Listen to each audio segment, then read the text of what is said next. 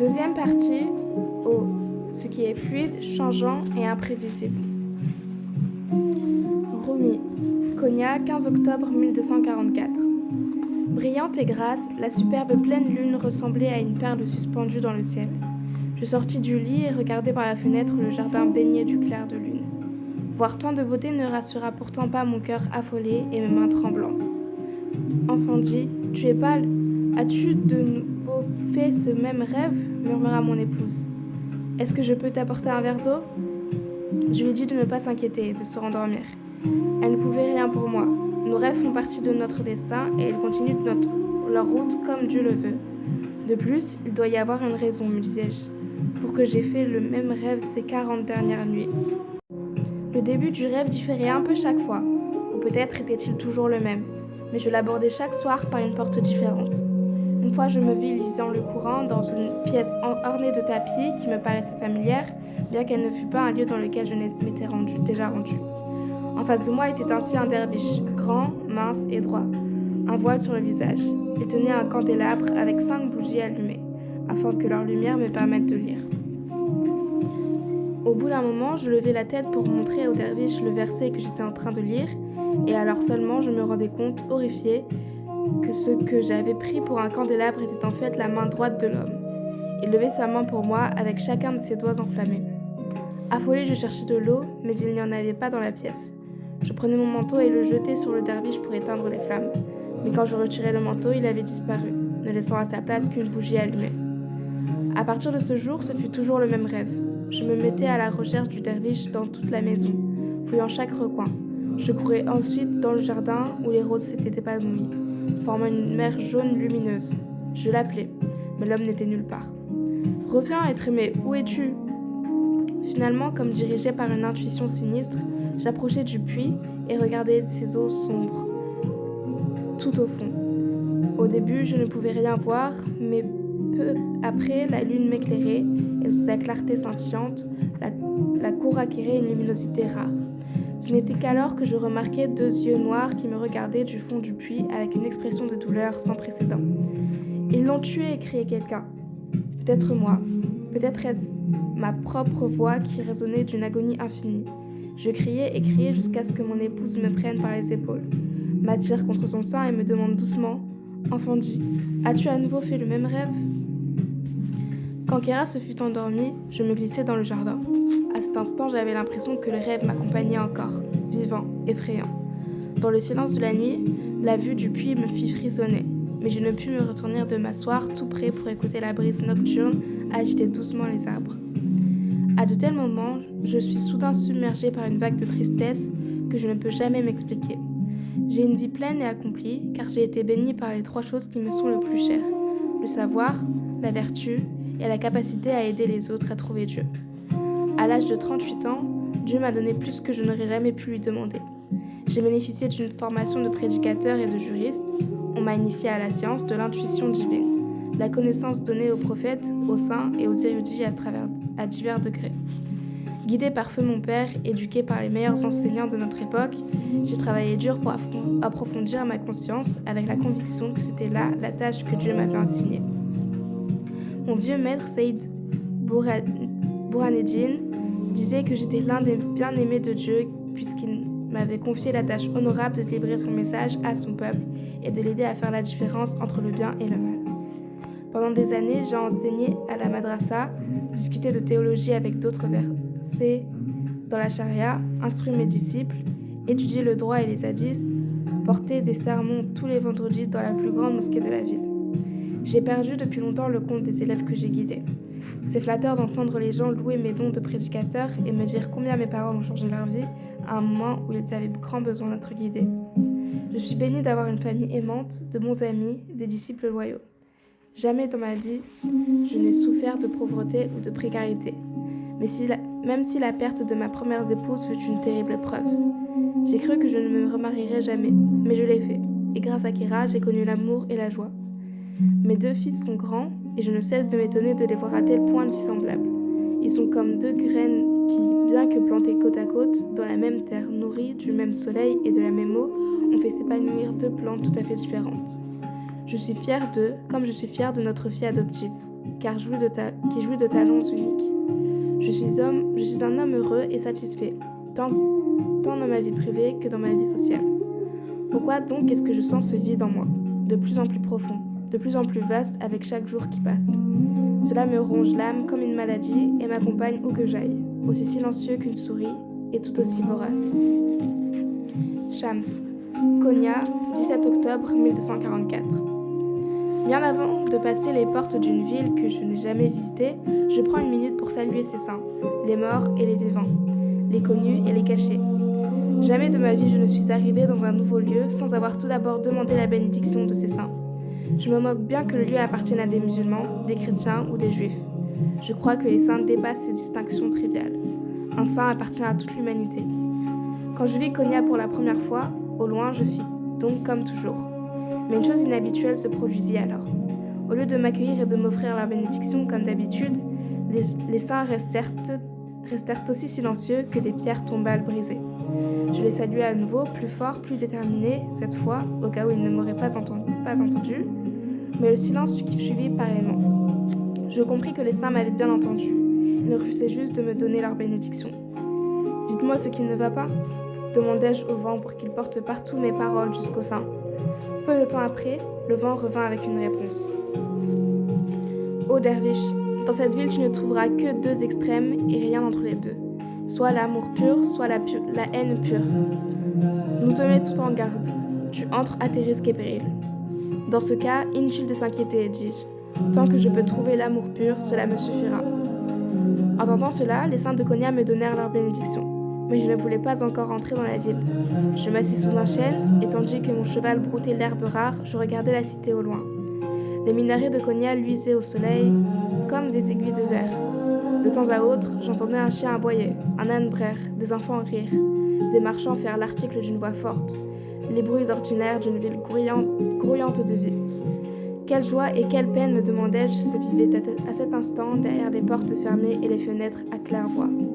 Habituée à une vie itinérante, c'était un peu déstabilisant pour moi de devoir me fixer dans une ville. Mais je me souvins d'une autre règle fondamentale. Ne tente pas de résister aux changements qui s'imposent à toi. Au contraire, laisse la vie continuer en toi. Ne t'inquiète pas que ta vie soit sans dessus-dessous. Comment sais-tu que le sang auquel tu es habitué est meilleur que celui à venir? Une voix amicale me sortit de ma rêverie. « Salam alaikum, derviche. » Je me retournai et vis un paysan tanné par le soleil et arborant une longue moustache tombante. Il était monté sur une charrette tirée par un bœuf si maigre que le pauvre avait l'air sur le point de rendre son dernier soupir. « Alaykoum salam. Dieu te bénisse, répondis-je.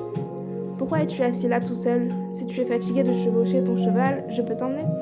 Merci, dis-je avec un sourire, mais je crois que j'irai plus vite à pied que tiré par ton bœuf. Ne dénigre pas mon bœuf, s'offensa le paysan. Il est peut-être vieux et maigre, mais il est quand même mon meilleur ami. Remis à ma place par ces paroles, je bondis sur mes pieds et m'inclinai vers le paysan. Comment avais-je pu, moi, élément mineur dans le vaste cercle de la création de Dieu, dénigrer un autre élément de ce cercle, fût-il un animal? Je vous présente mes excuses, à toi et à ton bœuf, dis-je. Je te prie de me pardonner. Une ombre d'incrédulité passa sur le visage du paysan. Il resta figé un moment, le temps de décider si je me moquais de lui ou non. « Personne ne fait jamais ça » s'exclama-t-il, enfin en m'adressant un sourire chaleureux. « S'excuser auprès de ton bœuf, tu peux dire ? Oui, ça aussi. Je me disais que jamais personne ne s'excuse auprès de moi. C'est en général l'inverse. Je suis celui qui s'excuse tout le temps. Même quand les gens m'ont fait du mal, c'est moi qui m'excuse auprès d'eux. » Je fus très touchée par ces paroles. Le Coran nous dit que chacun d'entre nous est fait dans le meilleur des moules. C'est une des règles, dis-je doucement. Quelle règle ? Dieu s'occupe d'achever ton travail intérieurement et extérieurement. Il est entièrement absorbé par toi. Chaque être humain est une œuvre en devenir qui lentement mais inexorablement progresse vers la perfection. Chacun de nous est une œuvre d'art incomplète qui s'efforce de s'achever. Toi aussi tu es là pour le sermon ? Demanda le paysan avec grand intérêt. On dirait qu'il va y avoir foule. C'est un homme remarquable. Mon cœur bondit quand je compris de qui il parlait. Dis-moi, qu'y a-t-il de si spécial dans les sermons de Rumi ? Le paysan regarda le vaste horizon pendant un moment. Il donnait l'impression que son esprit était partout et nulle part. Puis il dit « Je viens d'un village qui a eu sa part de tragédie. D'abord la famine, puis les Mongols. Ils ont incendié et pillé tous les villages sur leur chemin. Mais ce qu'ils ont fait dans les grandes villes est pire encore. Ils se sont emparés d'Erzurum, de Sivas et de Kayseri, et ils ont massacré toute la population mâle avant d'amener les femmes avec eux. Pour ma part, je n'ai perdu ni une personne aimée ni ma maison, mais j'ai bien perdu quelque chose. J'ai perdu ma joie. Quel est le rapport avec Rumi ? Le paysan posa les yeux sur son bœuf et murmura d'une voix atone : tout le monde dit que si tu écoutes Rumi prêcher, ta tristesse sera guérie. Personnellement, je ne trouvais rien de mal à la tristesse. Au contraire, c'était l'hypocrisie qui rendait les gens heureux. La vérité les rendait tristes. Mais je ne le dis pas aux paysans. Et si je me joignais à toi jusqu'à Konya pour que tu me parles encore de Rumi, suggérais-je. J'attachai mon cheval à la carriole et je m'assis près du paysan, heureux de voir que le poids supplémentaire ne gênait pas le bœuf. Avec ou sans charge, il progressait avec une lenteur atroce. Le paysan m'offrit du pain et du fromage de chèvre, et nous les avons mangés en bavardant. C'est ainsi que, tandis que le soleil brillait dans le ciel indigo, sous le regard attentif des saints de la ville, j'entrai dans Konya. « Prends bien soin de toi, mon ami, dis-je en sautant de la carriole et en desserrant les rênes de mon cheval. « N'oublie pas de venir au sermon, me cria le paysan, plein d'espoir. Je hochai la tête et lui fis un signe de la main. Inch'Allah. J'avais beau désirer ardemment écouter le sermon et mourir d'envie de rencontrer Rumi, je voulais d'abord passer un peu de temps en ville et apprendre ce que ses habitants pensaient du grand prédicateur. Je voulais le voir à travers des yeux d'étrangers, bienveillants ou malveillants, aimants ou hostiles, avant de le regarder à travers les miens. Hassan le mendiant, Konya, 17 octobre 1244. Bel esprit qui peut le croire, ils appellent ce purgatoire sur terre, sainte souffrance. Je suis un lépreux relégué dans les limbes. Ni les morts, ni les vivants ne me veulent parmi eux. Les mères me montrent du doigt dans les rues pour faire peur à leurs bambins désobéissants. Les enfants me jettent des pierres. Les artisans me chassent de leur devanture pour éviter le mauvais œil qui me suit partout. Et les femmes enceintes détournent le visage chaque fois qu'elles me voient, de crainte que leur bébé ne naisse mal formé. Aucun d'entre eux ne semble se rendre compte que, s'ils ont bien d'astuces pour m'éviter, j'en ai plus encore pour les éviter, eux et leur regard pitoyable. C'est la peau qui change en premier, s'épaissit, noircit. Des taches de tailles différentes, de la couleur d'œuf pourri, apparaissent sur les épaules, les genoux, les bras et le visage. Ça pique et ça brûle beaucoup à cette phase. Puis, je ne sais comment, la douleur s'apaise, à moins que l'on ne s'y habitue. Ensuite, les taches grandissent, gonflent et se transforment en boursouflures fort laides. Les mains ne sont plus que des cerfs et le visage est si déformé qu'il est méconnaissable. Maintenant que j'approche des derniers stades, je ne peux plus fermer les paupières. Larmes et salive s'écoulent sans que je ne puisse les contrôler. 6 des ongles de mes doigts sont déjà tombés, et un autre ne tardera pas. Curieusement, j'ai encore mes cheveux. Je suppose que je devrais m'en estimer heureux. J'ai appris qu'en Europe, les lépreux sont relégués hors des murs des villes. Ici, on nous laisse vivre en ville tant que nous tenons une cloche pour prévenir les gens de notre présence. Nous avons aussi l'autorisation de mendier, ce qui est une bonne chose, car sinon nous serions condamnés à mourir de faim. Mendier est un des 2 seuls moyens de survivre. L'autre, c'est prier. Non parce que Dieu prête particulièrement attention aux lépreux, mais parce que pour une raison étrange, les gens croient que c'est le cas. En conséquence, ils ont beau nous mépriser, les gens nous respectent aussi. Ils nous engagent pour prier pour les malades, les infirmes et les vieillards. Ils nous paient et nous nourrissent bien dans l'espoir de nous extorquer quelques prières de plus. Dans les rues, les lépreux sont plus maltraités que des chiens, mais dans les lieux où règne mort et désespoir, nous sommes des sultans. Quand je suis engagée pour prier, je baisse la tête et je marmonne des mots incompréhensibles en arabe, feignant d'être absorbée dans la prière. Je ne peux faire mieux que prétendre prier car je ne crois pas que Dieu m'entende. Je n'ai aucune raison de le croire. Bien que moins profitable, je trouve la mendicité plus facile que la prière. Du moins, là, je ne trompe personne. Le vendredi est le meilleur jour de la semaine pour manger, sauf pendant le ramadan, quand le mois entier est lucratif. Le dernier jour du ramadan, c'est de loin le meilleur pour gagner de l'argent. C'est alors que même les radins les plus désespérés font l'aumône, désireux de compenser tous leurs péchés, passés et présents. Une fois par an, les gens ne se détournent pas des mendiants. Au contraire, ils les recherchent. Et plus ils sont misérables, mieux c'est. Leur besoin est si profond de montrer leur générosité et leur charité que non seulement ils se précipitent pour nous faire l'aumône, mais ce seul jour, ils vont presque jusqu'à nous aimer. Aujourd'hui pourrait bien être une bonne journée aussi, puisque Rumi fait un de ses sermons du vendredi. La mosquée est déjà pleine. Ceux qui ne peuvent trouver de place à l'intérieur s'entassent dans la cour. Cet après-midi est l'occasion parfaite pour les mendiants et les vide-coussés. Comme moi, ils sont tous là, disséminés dans la foule. Je m'assieds juste en face de l'entrée de la mosquée, dos à un érable. L'odeur lourde de la pluie se mêle dans l'air au parfum doucereux venant des vergers, au loin. Je pose mon bol d'aumône devant moi. Contrairement à d'autres de ma condition, je ne demande pas ouvertement les aumônes. Un lépreux n'a pas besoin de gémir ni d'implorer, d'inventer des histoires sur sa misérable vie ou de donner des détails sur sa mauvaise santé. Laisser les gens apercevoir son visage vaut 1000 mots. Je découvre donc mon visage et j'attends.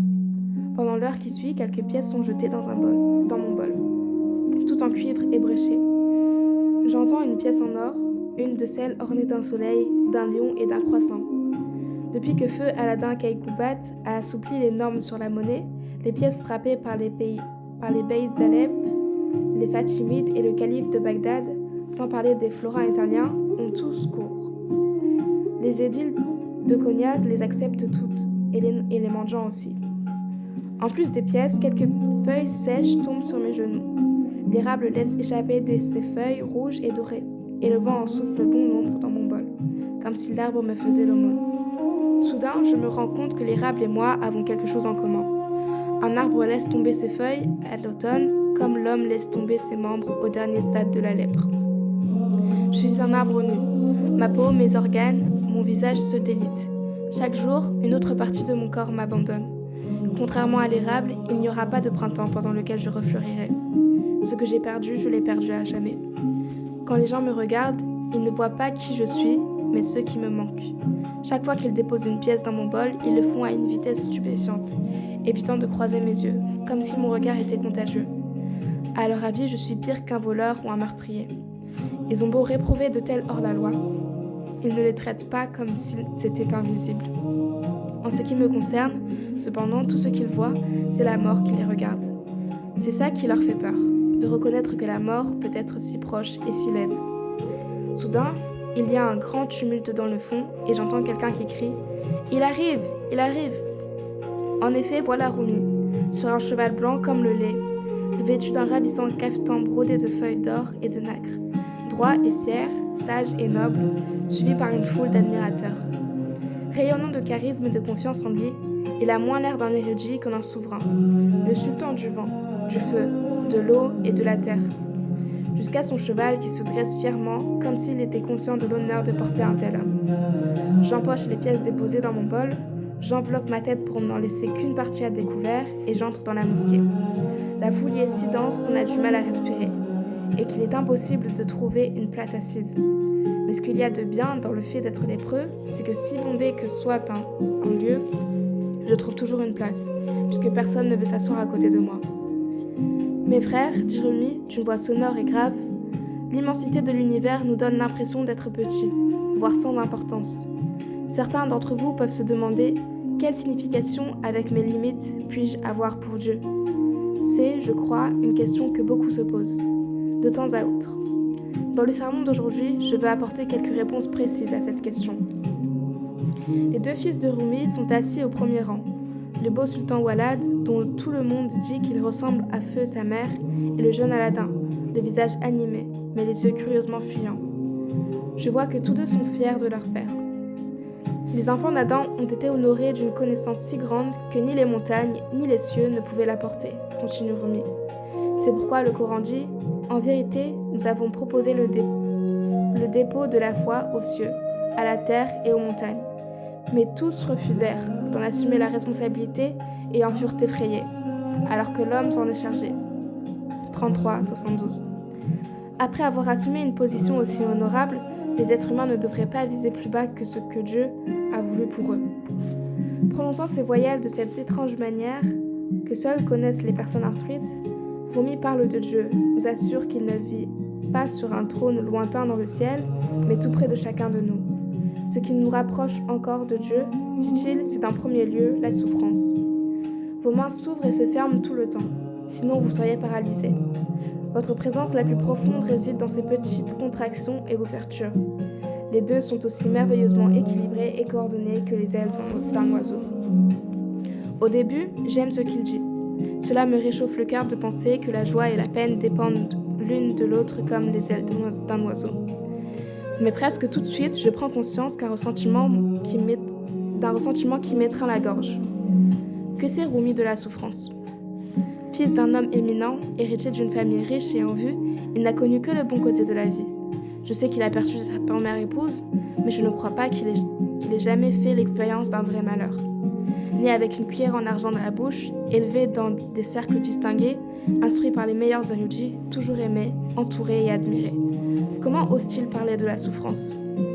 Le cœur serré, je comprends que le contraste entre Rumi et moi ne pourrait être plus clair. Pourquoi Dieu est-il ainsi injuste ? À moi, il a donné la pauvreté, la maladie et la misère. À lui, la richesse, le succès et la sagesse. Avec sa réputation sans tache et son allure royale, il ne semble pas appartenir à ce monde. Pas à cette ville, en tout cas. Je dois couvrir mon visage si je ne veux pas que les gens soient revulsés par mon aspect, alors qu'il rayonne en public comme un joyau. Je me demande comment il serait reçu s'il était dans mes sandales. Lui, est-il jamais venu à l'idée que même une personne aussi parfaite et privilégiée que lui risquait un jour de trébucher et de tomber ? A-t-il jamais envisagé ce qu'il éprouverait s'il était rejeté, ne serait-ce qu'une journée ? Serait-il encore le grand Rumi si on lui réservait la vie que je mène ? À chaque question, mes ressentiments montent en moi, écartant toute l'admiration que j'aurais sinon pu éprouver pour lui. Amère et irritée, je me lève et je me ferai un chemin vers la cour. Plusieurs personnes me regardent curieusement, étonnées de me voir quitter un sermon que tant d'autres meurent d'envie d'entendre. Shams, Konya, 17 octobre 1244. Béni par les saints et grâce aux paysans qui me déposent au centre de la ville, je trouve un lieu où m'installer avec mon cheval. L'auberge des vendeurs de sucre semble exactement ce dont j'ai besoin. Des 4 chambres qu'on me montre, je choisis la moins meublée, avec sa seule paillasse et sa couverture moisie. Une lampe à huile qui crachote, une brique séchée au soleil qui pourra me servir d'oreiller et une belle vue de la ville à la base des collines qui l'entourent. M'étant installée, je pars dans les rues, étonnée du mélange des religions, de coutumes et de langues flottant dans l'air. Je tombe sur des musiciens tziganes, des voyageurs arabes, des pèlerins chrétiens, des commerçants juifs, des prêtres bouddhistes, des troubadours francs, des artistes persans, des acrobates chinois, des charmeurs de serpents indiens, des magiciens zoroastriens et des philosophes grecs. Au marché des esclaves, je vois des concubines à la peau blanche comme le lait et des eunuques noirs et musclés qui ont été témoins de telles atrocités qu'ils en ont perdu la parole. Dans le bazar, je tombe sur des barbiers itinérants avec leurs engins à saigner, des diseuses de bonne aventure et leurs boules de cristal, des magiciens qui avalent du feu. Il y a des pèlerins en route pour Jérusalem et des vagabonds dont je soupçonne qu'ils sont des soldats qui ont déserté lors des dernières croisades.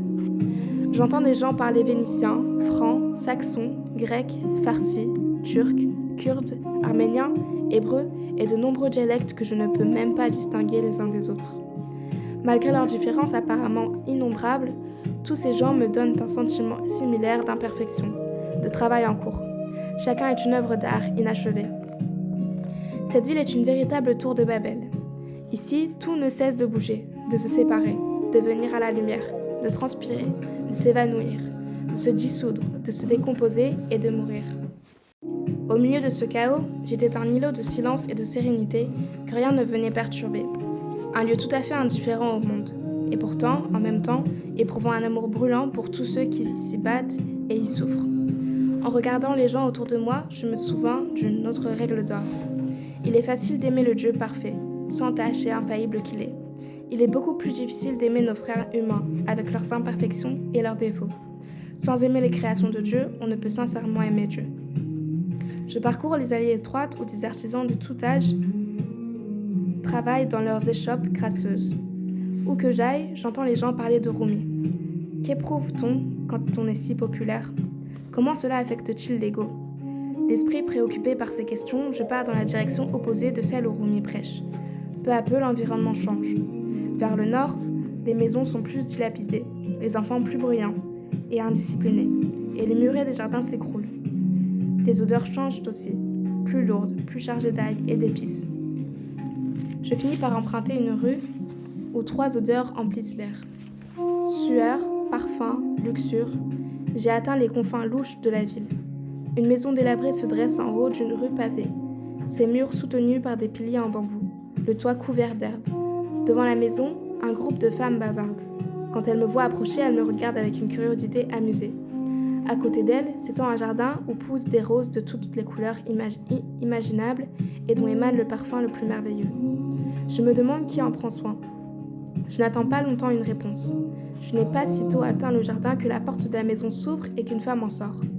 Elle a la mâchoire forte, elle est grande et incroyablement grosse.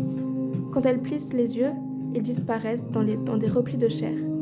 Elle a une fine moustache et d'épaisses rouflaquettes. Il me faut un moment pour comprendre qu'elle est à la fois une femme et un homme. « Qu'est-ce que tu veux ?» me demande l'hermaphrodite d'un air soupçonneux. Son visage n'est que fluctuation continuelle. Quand on voit le visage d'une femme, soudain, il est remplacé par celui d'un homme. Je me présente à lui, demandant son nom, mais elle ignore ma question. « Ce n'est pas un endroit pour toi, dit-elle, agitant les mains, comme si elle chassait une mouche. Pourquoi pas ? Tu vois pas que c'est un bordel ici ? Est-ce que vous, les derviches, vous ne faites pas vœu de chasteté ? Les gens disent que je me vautre dans le péché ici, mais je fais l'aumône et je ferme la porte pendant le ramadan. C'est pour ça que je te dis de rester loin de nous. C'est le quartier le plus crasseux de la ville.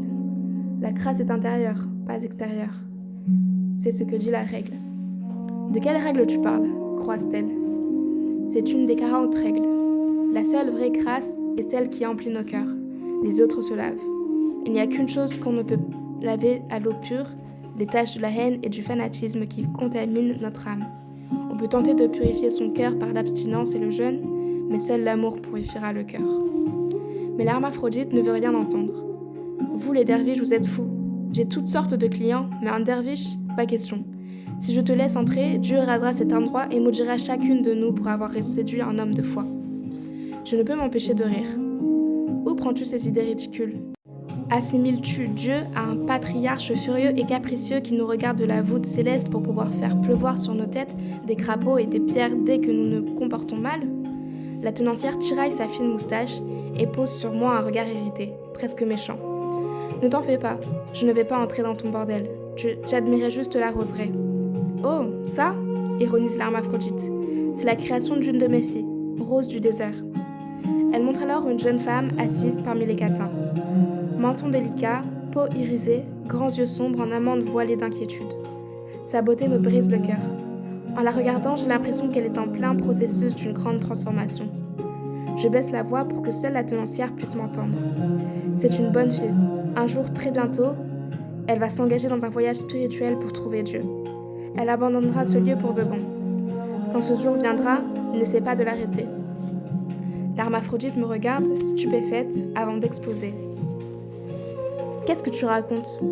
Personne ne me dit ce que je dois faire de mes filles.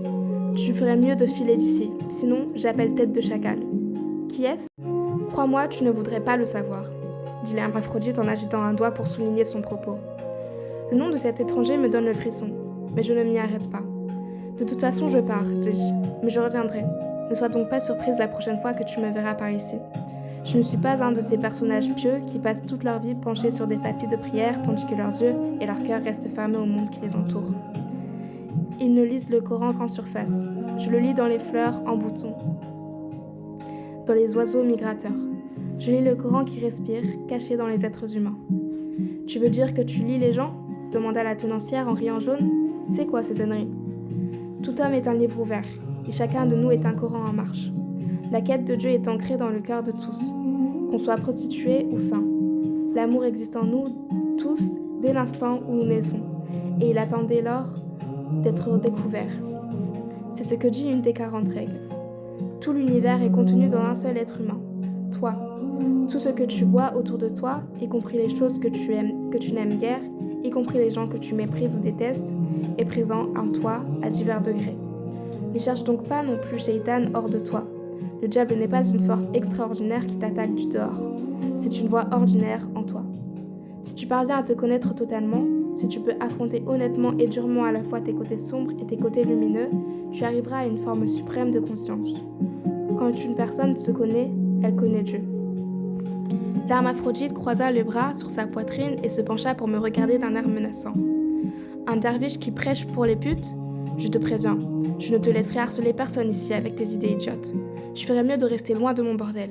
Parce que sinon, je le jure devant Dieu, tête de chacal coupera ta langue trop bavarde et je la mangerai avec plaisir. Ella, Northampton, 28 mai 2008. Conformément à son humeur générale, Ella se réveilla triste. Mais pas triste pleurnicharde et malheureuse, juste triste, pas envie de sourire et de prendre les choses du bon côté.